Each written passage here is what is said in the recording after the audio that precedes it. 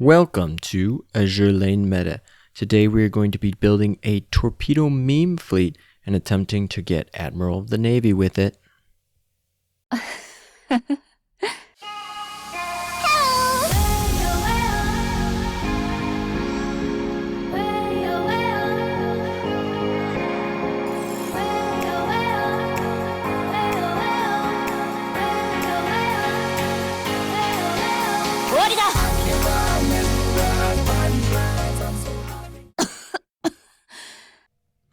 Alright guys, so here we go. We already have two of the ships in. Yukikaze, pretty standard. She's an IJN torpedo ship, tier 0 ship if you've ever watched my PvP video.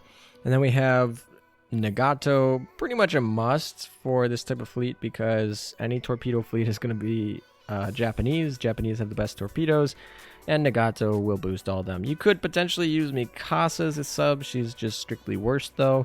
And that's kind of what makes this fleet a little bit event exclusive. Let me know in the comments, guys, if you have tried using the torpedo fleet without Nagato and if it's effective. I've actually not tried to do that.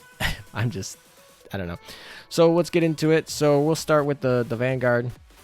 So the next ship that we have is Ainami. Ainami is the torpedo ship. There's no better. There's basically, with her skill, there's no ship that can get higher torpedo stat than her.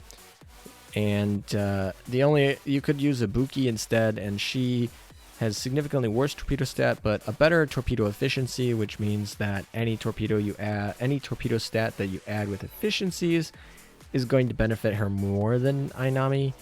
She also has that preloaded torpedo at 2, which is pretty significant because if Ainami is not able to get that second round of torpedoes off, Ibuki is actually just effectively better. But we're going to go with Ainami for now. So both these ships are actually non-event exclusive, so anyone who starts today can get both of them. Noshiru is the third ship that we have in our Vanguard. She's gonna boost the other two's torpedo stat. She's also, why she's really busted is because she basically gives an anti-torpedo bulge to everybody in the fleet for free. She has evasion rate for herself, and she's very good. If you're using Ibuki, you have to use Noshiru. She is event exclusive. Now, if you want to make this torpedo fleet all free, non-event exclusive, you can use Jinsu. She's farmable from the main storyline, and she has to go with Ainami, but that is actually something that a newer player can get, and that's something why a lot of people who are, watching my channel and say, hey, I wasn't here for this event, how do I play? So this is one thing that's really interesting. Noshiro is going to be in the front because she's the most beefy, Ainami in the middle because she is the most vulnerable, and Yukikaze at the end because we want her to actually be the longest surviving ship that we have. So in terms of the back row, we can really play anything that can use Nagato. That means we can use the Akaga sisters. That means we can play arbitrary things like Warspite and whatever. We can play Namagi Frederick. I mean, I was playing Frederick earlier. So the last 3 days I've been testing this fleet out. It's been undefeated, and I was using Frederick a little bit, but really she's pretty much almost done. I think I have her at like 119, almost 120, 200 affinity, but really she's kind of far on the blueprint. She's got a few blueprints left, and without that main gun +1, she's not necessarily the best. Warspite's better, basically. And so I'm not going to use her today. We're actually going to go with the standard Namagi-Ru. And the reason we do that, and for those of you who've watched my other video, I made a Namagi-Ru video a couple months ago. And this is just, I think, going to be the most relevant for helping out this fleet be successful today as we rush for Admiral of the Navy. And I really this is one of my favorite, most consistent fleets that we have. And so that's what we're going to do while I'm video recording. The other part is, for those of you who watch my other video, there have been a lot of power creep in the equips that can be used. So I've actually upgraded a lot of the equips that were not available a few months ago in the game. So it's actually somewhat of a learning experience for you guys if you want to upgrade your Namagiru fleets. And also, there's a few people in my Discord that are really into keeping factions together, and so by playing with Namagiru, we officially have a full Japanese faction, no mixing at all. So let's get into their equips. So here we're going to start with Noshiro in the front, and this is the gear that we have for her. So in terms of, she's, you know, full enhanced, maxed oath, 200 affinity, so we aren't going to be getting any higher stats than what she has currently. We are going to be using an HE gun. We want a high explosive gun because most of our Vanguard is firing torpedoes for their damage, which does significant damage to medium heavy armor, but has problems against light armor. So we do want to hedge ourselves because we are just going to have trouble against a light armor ship like Yukikaze that can dodge a couple torpedoes, and we're going to have trouble taking that out. So we're going to put this high explosive gun whenever pretty much we can to kind of mitigate for that. This is the new Russian gun that ended from the event yesterday, so I kind of want to test it out, see how it works. But you could use the Belfast gun here. That's obtainable through gold English boxes for anybody, so like if you're new, you can use that gun instead. So in terms of torpedoes, Noshiro will be dealing the least amount of damage torpedo-wise in this fleet, and so she gets the last pick for what I had for torpedoes left. Now, I was not around from the beginning of open beta, so I do not have 2 UR magnetic torpedoes, so we're just going to have to do what we got. This is still good enough for the most part, so we'll go from there. Same thing is, I do not have 5 Bofors stags, which means that we're going to have to deal with just doing the regular Bofors gun. This is pretty standard. This is pretty standard AA for a gold AA gun for any ship you have in the Vanguard, so just keep that in mind. We're going to put the Pearl Tears on her. This could go on Ainami, but she's in the front, so we're going to stick with the Pearl Tears here because 50-50, she's going to die first. Ainami might die first depending on what the composition of my opponent's fleet is, but this is also, you know, pretty good here. And then we might want to put a anti-torpedo bulge here or some other lively equip that helps her survive longer and keep those bonuses from our Vanguard. But this wouldn't be a torpedo meme video if we didn't put an Oxy torpedo on literally everything that we could. So we're going to go for maximum torpedo damage because that's just kind of how this fleet's going to work. But you could optimally put something else here. Moving on to Ainami. So we use the gold twin 100mm gun, and the reason we use this gun is because of the firing rate. That firing rate is pretty much one of the fastest in the game. There is a rare gun that is faster, but the reason we use this gun instead is a couple of reasons. One is that it fires and basically in 2-2, which will effectively have more damage over time, and that AA stat helps for survivability. The difference in the fire rate is not really going to matter too much, but why we want to fire faster is we want her barrage to proc more, and we want her skill to also proc more. We have this skill right here, which is going to increase our torpedoes by 60%. And right now, our torpedoes are over 800, so a 60% increase on that is going to be well over 1,000 torpedo stat. So just keep that in mind. She's going to be hitting super hard. And yes, we do play the double Oxy torpedoes on her because we want to get that torpedo stat as high as possible. Arguably, it is actually better to put a HP equipped there like the Pearl Tears or like a repair toolkit, because that 500 HP will go a significant ways in her survivability. It's over 25% of her health because she's under 2,000 health. So it's just, yeah. But we want to see if we can have the hardest hitting torpedoes we can. So if you have that, let's say, why are you might be asking why I'm playing this gold quad rather than put the Rainbow Quinn on her instead of Yukikaze. Well, there's a couple of reasons. One of the main reasons is because Ainami is going, so the Quinn Rainbow torpedoes and the quad gold torpedoes deal the same amount of damage per torpedo. The difference is that the quad obviously has one less firing. So you would think that that would be worse because there's more damage. But if you're firing on your first shot, it's going to be towards a bunch of moving vanguards, and they're really only going to get hit by one or two torpedoes, and the rest are just going to miss. So whether you had 3 miss or 2 miss, you're still going to deal more or less the same damage on average.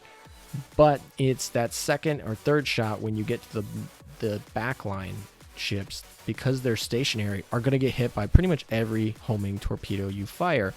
And that is going to be a 25% increase in damage by upgrading from the quad to the Quinn. And that is significant. But Ainami, the chances that she gets to that back line are significantly lower than Yukikaze. Yukikaze will probably be getting to fire at that back line quite frequently, while Ainami, if she's firing at the back line, we're probably going to win regardless of which torpedoes are equipped to her. So that's why we actually go with the Quinn. And you're asking, okay, well, you're giving up 20 torpedo stat. That's pretty negligible when you're talking about a ship that has over 1,000 torpedo stat. It's really negligible. But the second reason is the quad gold actually has a shorter reload time. And that's very important for Ainami, since she is going to be dying really quickly. And if she doesn't fire that second wave, she's more or less useless in this fleet. We need that second wave of torpedoes to get fired, and this significantly decreases the amount of time on reload. And then this is a learning tool here. Basically, this Bofors gun is like the Bofors Stag, but just kind of worse. It's like the junior version. It's probably the second best AA gun for any ship that needs the hit stat, which is almost every ship can benefit from it except, I don't know, like Sandy and Juno and maybe Borspite probably don't need it, but most ships will benefit from that hit stat. And if you don't have like 5 or 6 Bofors Stags, you can use this gun to sub. Instead, it does most of the job. Why I'm not using the Bofors Stag? Well, partly because I'm lazy, but also partly because I wanted to have my Yukikaze perfectly built for all of you guys there. But yeah, she has over 5,200 power. That is just insane. She'll die really quick, but yeah, fleet power level does not matter too much. But we'll over to Yuki. This is the perfect build for Yukikaze. A lot of you in my Discord are like, I don't want to do all these if-then cases, because a lot of my things are like, well, it depends. My answers are, it depends on what you're playing with and against. This build right here is pretty much going to be suited to everything. 95% of the time, it will be the optimal choice. The 5% of the time where it's not, well, it's still going to be a decent choice, like a close second. Like, so if you just want to copy and paste, you just copy and paste this 5,000 level Yuki, and you're not going to do much better than this. We're going with the barrage gun, basically because Yuki has torpedoes in her barrage, super important. We're going with that extra torpedo stat because her torpedoes are a little bit lower, so it does benefit them. Also, that extra damage, she's going to be firing that torpedo more than anyone else because she's going to survive the longest. The Bofors Stag, same thing. We want those torpedoes to hit. We want the torpedoes to hit hard with that 100 bonus from the Oxy Torpedo. That 500 HP does actually go a long way in her survivability. And because she's going to be living long enough, you're typically going to get over 50 HP gain back from the heal skill. So it's more useful than, let's say, that Hololive equip. So let's move into the back line here. Nagato. So we have our new PR gun here, and this is probably the best HE gun there is for battleships out right now. And we're going to put it on our Nagato because we're dealing damage. It is slower than our barrage gun, so we do have to keep that in mind, but it's almost not a bad thing because there is a universal cooldown on your battleships. So if you have two battleships that would fire at the same time because they have the same gun and their reload stats are very similar, such as Nagato and Amagi, having different reload times actually is not too harmful because they offset a little bit, because they're going to be waiting for each other on that on the reload. Now Amagi technically has that early barrage, or the early strike if you have 4 IJN, so it's usually not a problem, but keep in mind we are giving up a little bit of reload time for a lot more damage. We're going to put, this is basically the best gun we can put in auxiliary. It is AP ammo though, so one of the things I don't like about AP ammo is if you're in the back line, most of the time the thing that you're most fearful of is a Yukikaze dropping a bunch of torpedoes on you. Yukikaze does not care about AP ammo, but this is still probably the best gun. We're going to put the HE gun, auxiliary gun, on our Amagi to kind of hedge each way. This will shred apart like something like an Azuma or anything that has like medium or heavy armor coming into that back row, so it's not terrible. We're going to hedge. We are putting our Bofors Stag on the back row because hitting on battleships are still more important to our overall effectiveness of this fleet than having our torpedoes hit. And then we're going full RNG. We're going full crit with the white shell and the black shell. So our Nagato is going to be hopefully critting for wins here. We're going all the way offensive on this Nagato. And yeah. So, moving over to another ship, we have our Amagi. So we're going to start with our barrage gun. This will actually, with her boost, mean that we're talking about our first fire coming in at 8 seconds. That's going to undercut a Warspite barrage. And yeah, it's, you know, we're only firing 2 rounds, unlike other guns. So that will take a little bit of our damage. But the barrage proccing at 70% chance is going to make up for most of that lost damage there. For our auxiliary gun, we are going to be giving up a little bit of firepower for that AA stat, which, you know, Amagi is helpful, but you probably want the firepower. However, the gun just fires so much better. It has that HE plus ammo. It's pretty much the best auxiliary gun for battleships that you want, for HE at least. And so this is definitely an improvement. Bofors Stag, once again, Amagi, we want to make sure hits. And then we are going with the SG Radar. This and the White Shell are probably the 2 best equips to put on battleships. Hit and evasion are the most important because you want to hit and you want to miss. You want your opponent to miss, you want to hit. That's pretty simple, right? This is the best equip for doing that.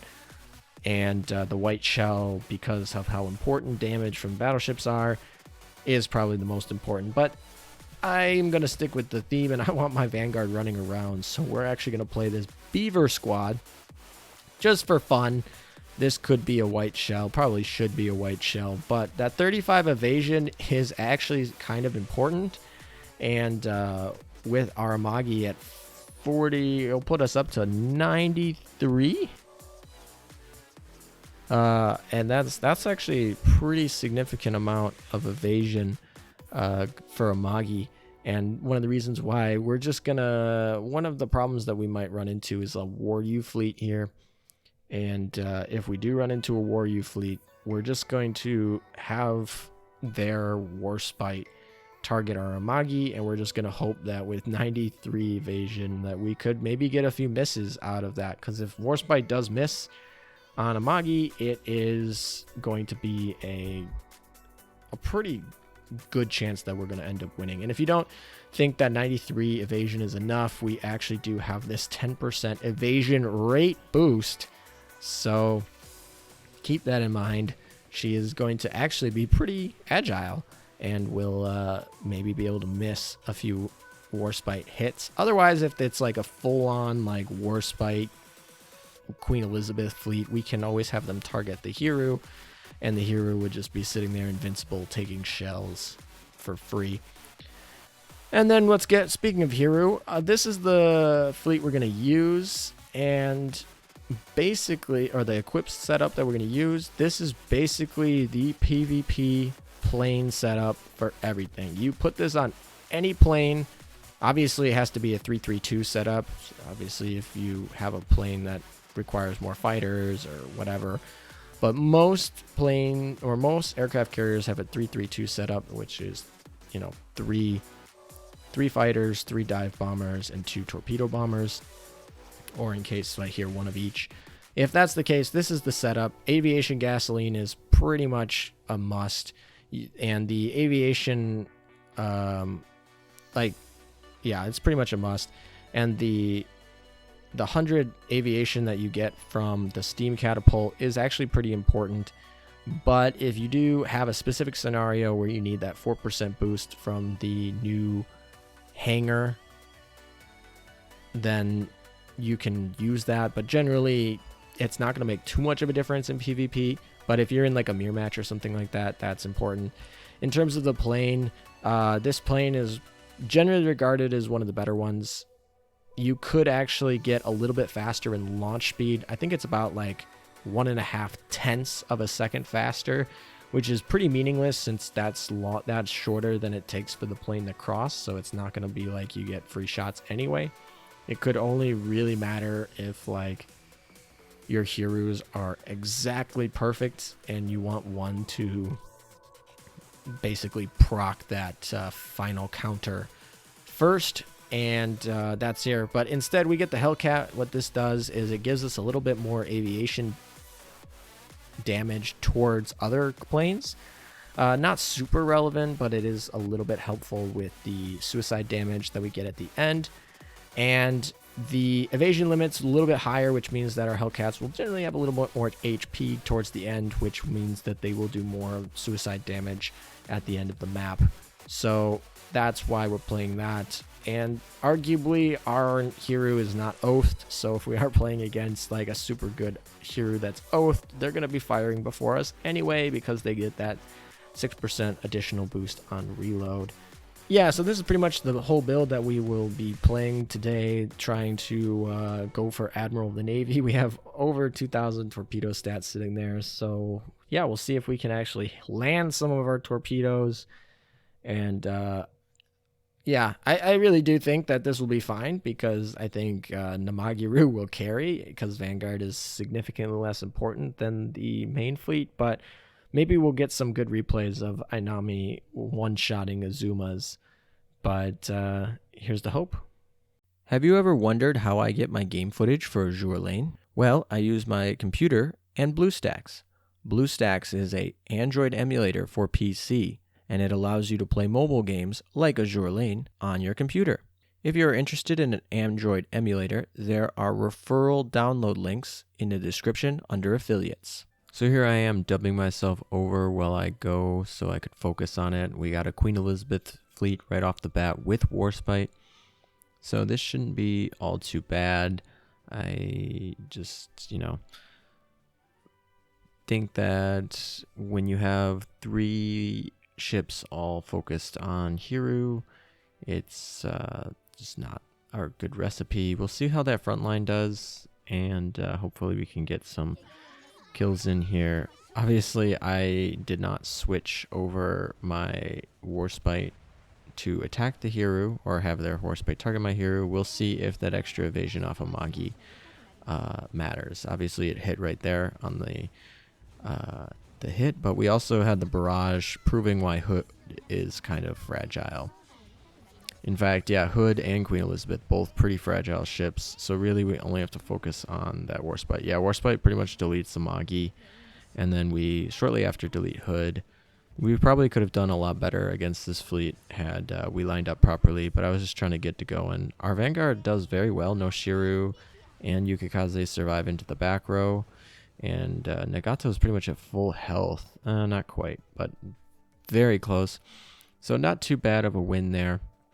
So we'll get to see what we end up moving over to was. We got Ainami being the MVP there, so that's great. This fleet is a Namagi Warspite. This is probably one of the most difficult fleets that we're going to have to do.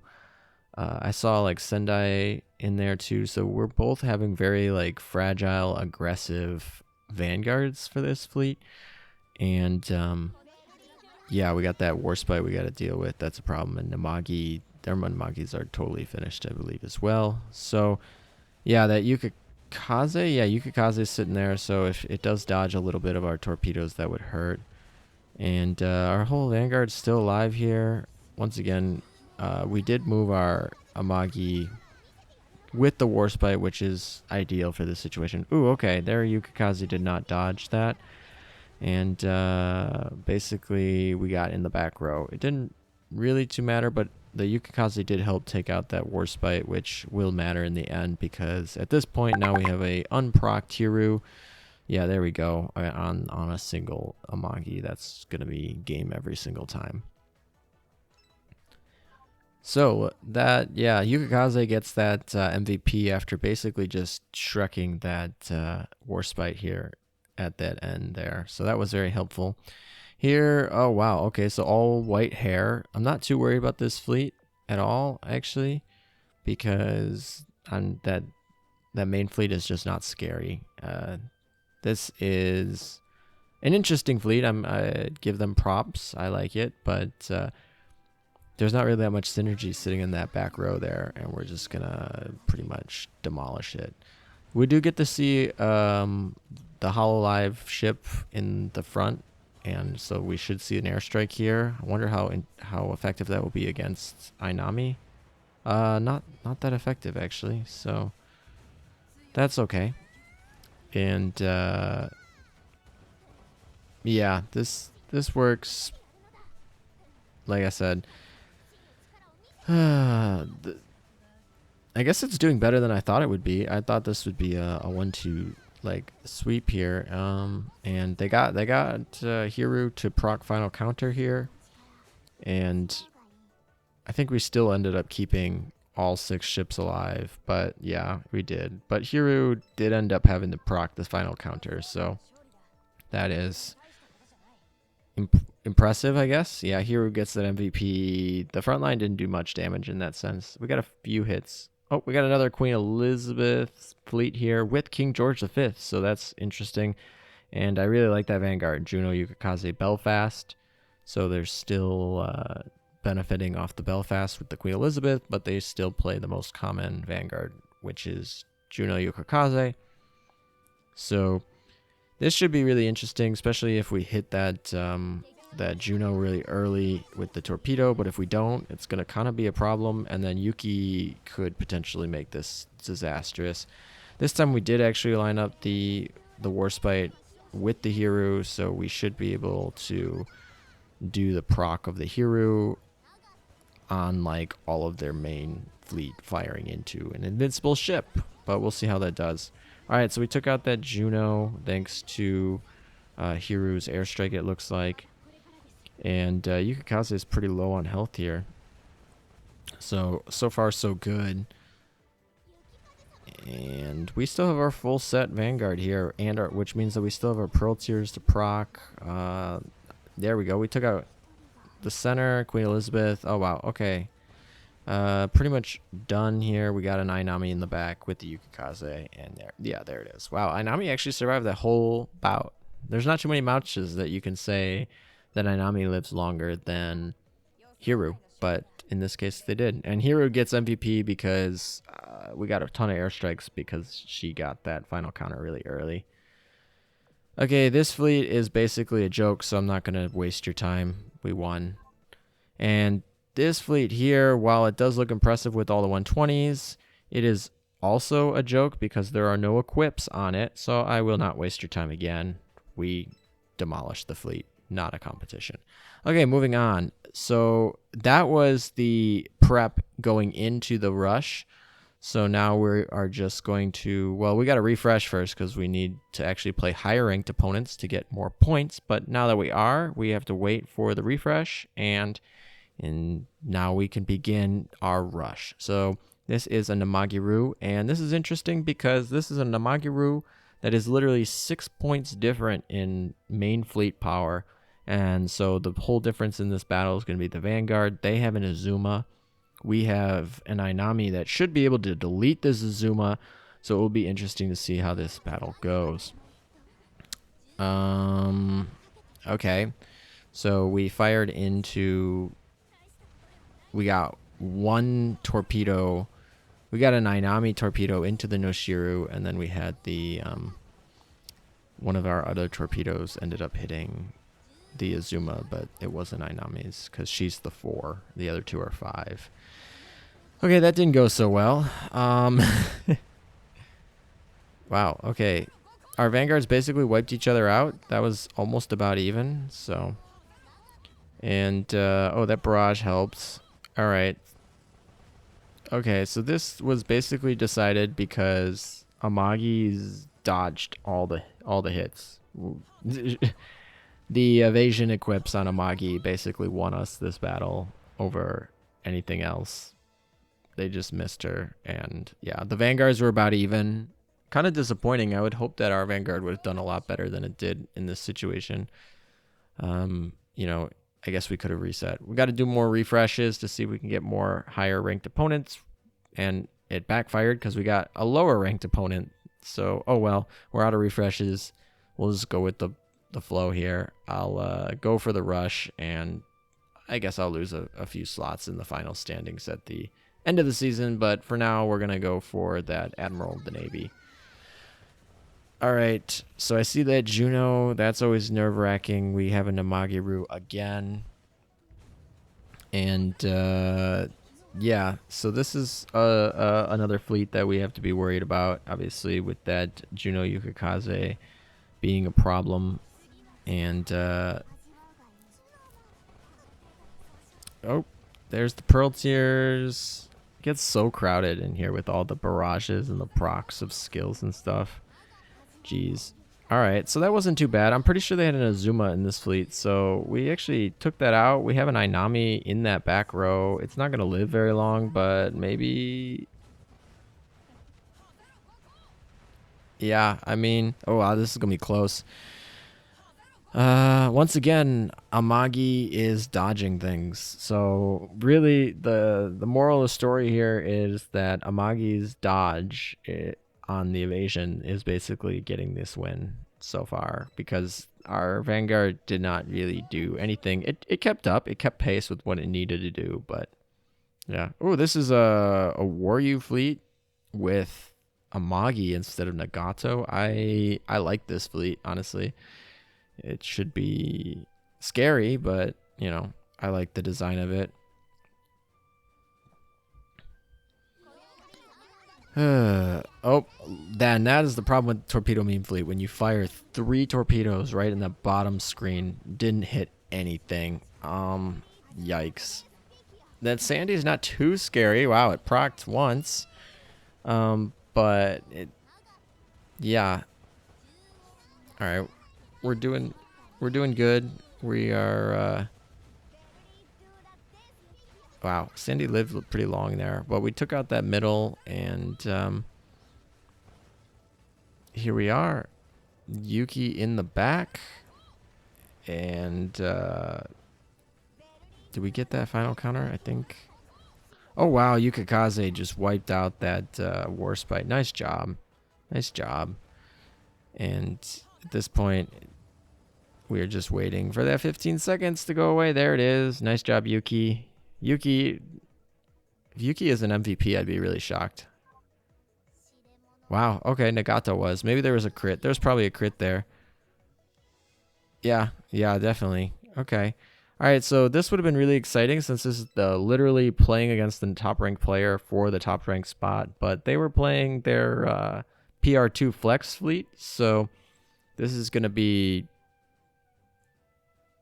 really easy. This is going to be a blowout, because PR2 Flex fleets are not good defense fleets, which is fine. But I was kind of hoping it'd be more climactic, but it isn't.